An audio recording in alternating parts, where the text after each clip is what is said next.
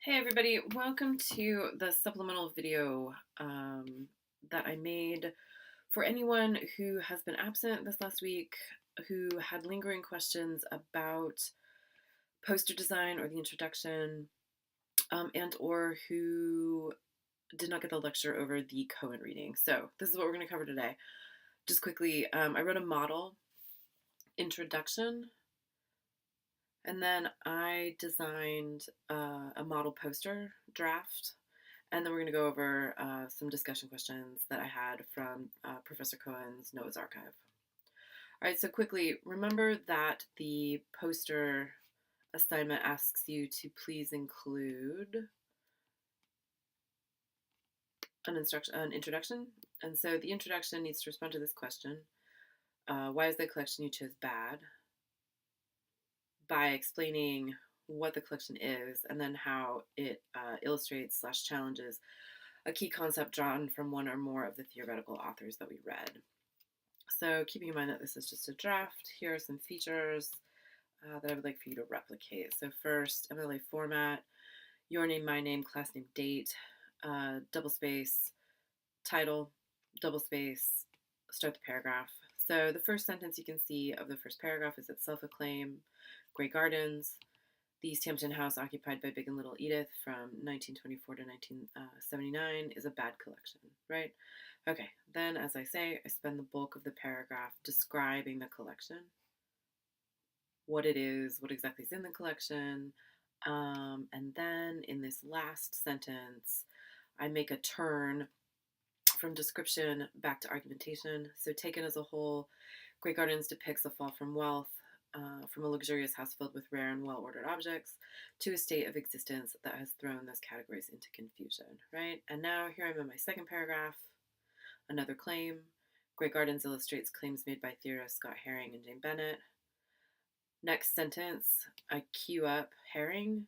For instance, Herring's argument, quote, and then I pop in the in-text citation. Individuals typed as hoarders disturb not only the ideas of the collection or the activity of normal collecting, but also the concept of the normative collectible, a subtle distinction that deepens our appreciation of how one is made, not born, a pack rat.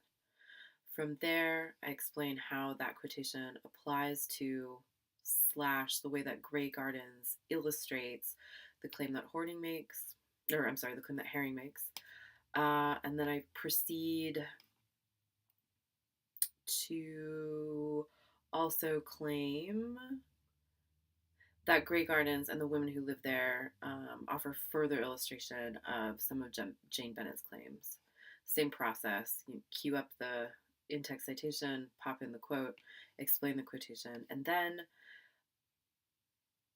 transition into, in this instance, this final sentence. And so this final sentence, as I say here, is both a very brief conclusion and a gesture at responding to the so what questions. So what difference does it make if we think about Grey Gardens not as a place that has fallen into disrepair, a place of pathology, but rather an example of the madness appropriate to the political economy devoted to overconsumption, right? So what's the point? I went ahead and did the works cited just underneath the paragraph. Finally, this is just one example of how you can lay out this introduction. You're welcome to double space it, you're welcome to indent, you're welcome to have more than 2 paragraphs. But here's just one example. So 600 to 700 words. What's your collection? Describe it. Why is it bad? How does it illustrate 1 or 2 key ideas from the reading? Let me know if you have any questions. Okay, so part 2, I translated my introduction into a poster. So I conceived of the poster as an illustration of what Herring and Bennett have to say about non-normative collecting in the 20th century. My plan would be this poster will sit behind me on the board as I pitch my audience during the poster session. I built the poster in PowerPoint and I included this video that will take you through steps on how to make, in this case, a scientific poster using PowerPoint. So again, this is just one example of how to put the poster together. I thought using collage would be a way for the form of the poster to reinform the themes of the class. So excess, layering, etc. Okay, so if you have any questions about poster building, let me know. One final thing, a draft of the introduction and a draft of the poster is due Monday, so please bring it with you to the comm lab when we meet. So again, we will be meeting on Monday, February 5th at the Communications Center in 447. And please bring a draft of your explanatory essay and a printout of your poster. So, okay. So, and now finally, a discussion of Cohen's Noah's Archive. So, first question, let's begin by trying to answer the question that Cohen puts to his audience at the start of the post. So again, this is here it is, it's a post. It's taken from a series of lectures that he gave on the same topic. So here at the end, he says, we cannot think in catastrophic terms, but as we brace for denouement in storm and tempest, what does our apocalyptic imagination unveil about the limits of our environmental frames and the limits of the stories that we tell? So the very first limit is, right, from the very, very first book, the Epic of Gilgamesh, which is like 4,500 years old. It's the earliest written text that we have, to this movie made in 2012. We're telling exactly the same story. So Cohen wants to say, maybe we should get new stories, that there's just a literal limit of imagination because all these stories end in deluge. He also says another problem with this limit: if the world must terminate in fire or flood, the ecological devastation we foster through every car trip, meal, and vacation ceases to trouble. But whereas human catastrophe used to arrive in the thunder of heavenly revelation, the radiant unveiling of divine plan for human destiny, blah, blah, blah. So we become resigned. If everything's going to end in apocalypse, so what? So what can I do? And we get this sort of notion of resignation a little bit later. Yet in that resignation to submergence, to biblical replay in a proleptic yet scientific mode, we lose sight of the actual complexity of the Noah story in Genesis, as well as its vigorous afterlife. So another way in which the Noah story suggests a lack of imagination is in our retelling of the story itself. The ways in which, like, the story itself becomes streamlined for children, pared back, when the actual story, or the first telling of the story in the Old Testament, is filled with complexities and contradictions. And then the very last thing, or there might be others, but another way in which the Ark story demonstrates a lack of imagination from Cohen's point of view is that it contributes to Ark building, right? So he says here,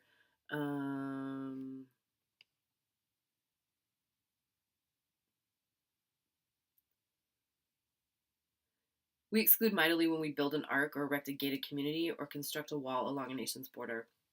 Three versions of the same story is that as if we, like Noah, could construct a protective chest in which to dwell, some architecture of shelter and exclusion to hold against waves of water, or of climate refugees, against violence, swift or slow. Okay, to the next question. So here's the next question. Your Honor, why? Let's see. So we respond to this question by thinking about that final paragraph of the first section. So why is Ark building a natural response to impending catastrophe? And then he answers over the course of the essay why the project of Ark building always fails. So one reason the project of Ark building always fails is missing from many contemporary accounts of enarkment is consideration of the preservability and companionship of not just the animals that arrive two by two in most versions of the Noah story, but also the trees, vines, insects, microbes, birds, air, earth, etc. Okay, so he's saying one failure of the ark is to think that any one item that gets put in the ark is somehow separable from the larger ecologies or webs in which it is enmeshed. So you can think maybe ways in which this might speak to what we read in Bennett is right, the hoarder or the pathological collector might blanch at the thought of an ark because for the hoarder there is no way to separate out individual objects from the larger mesh in which it is what ensconced. All right, so that's the problem with arcs. That's why they're impossible. It's impossible to detach individual things from their ecologies. All right. Okay, so next question. Moving right along. Where am I? Okay. So what's the story of Noah's flood, and then why do we simplify that story, and then also what counter narratives does the story of the flood provide? So the first, he says here. All right, he says, we typically take from Genesis the narrative's barest elements command, ark, animals, dove, rainbow, and its most dangerous affect, an acquiescence to sinking things below the waters, a resignation that sometimes threatens to become a joy. So, the simplification, the simplified retelling, and this sort of taking pleasure in the resignation is a danger. So too is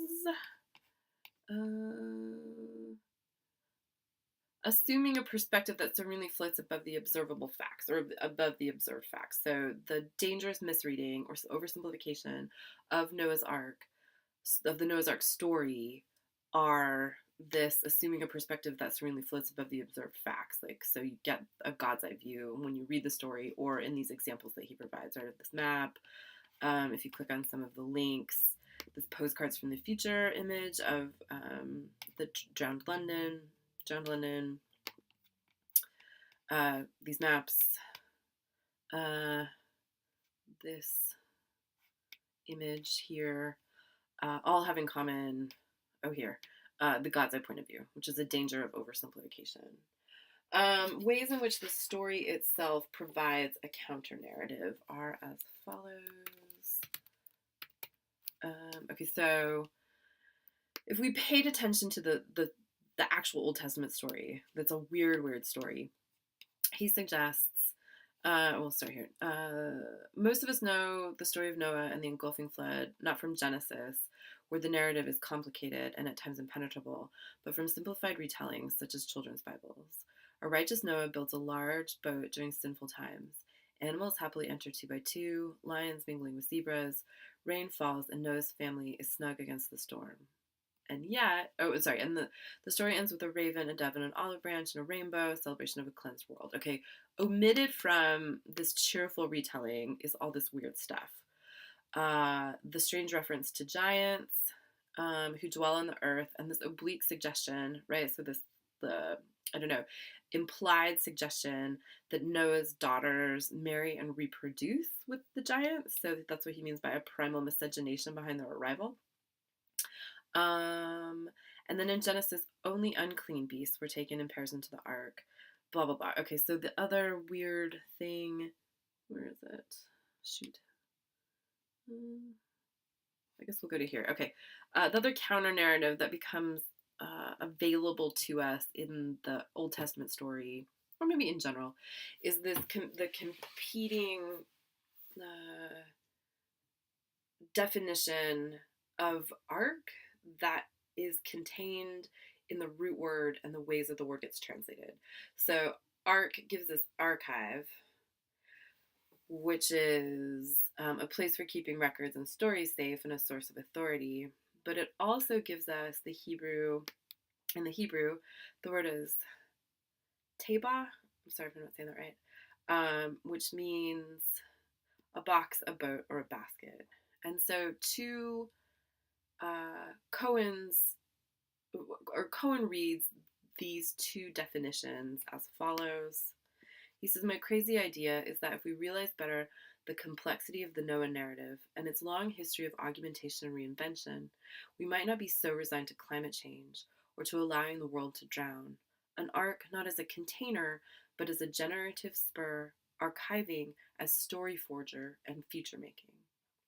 Okay, I'm going to leave you guys there with that. We've got a couple more questions for to ask of the Cohen reading in the first few minutes of class tomorrow, and then we will take the quiz.